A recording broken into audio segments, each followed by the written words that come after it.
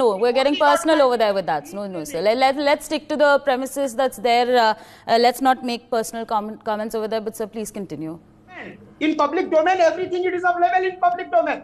Being a citizen of India, I have right that getting the 99 seats, and how you can claim that you have won the election.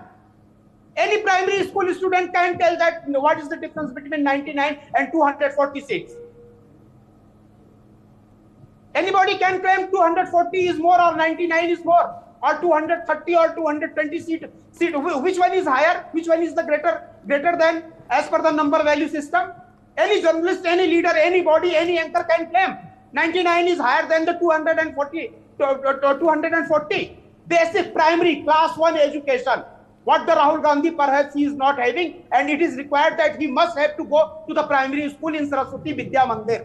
Then he will know. In English medium, he will not. Okay, all right. So hold on to that thought because we're getting to know that Union Minister Kiren Rijiju has, in fact, spoken at the moment. So let's take a look at the latest that's coming in as far as Kiren Rijiju is concerned.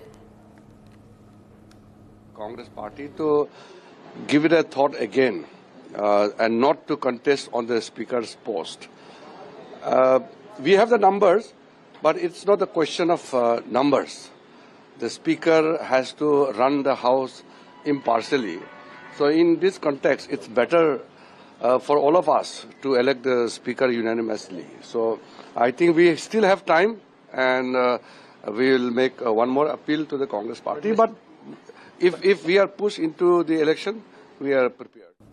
Okay, so of course, viewers, the comments have started coming in, and in fact, with us on the telecast is Mr. George Kurian. Sir, why does so this has never happened before, right? This election is now taking place for the first time in the last 17 years.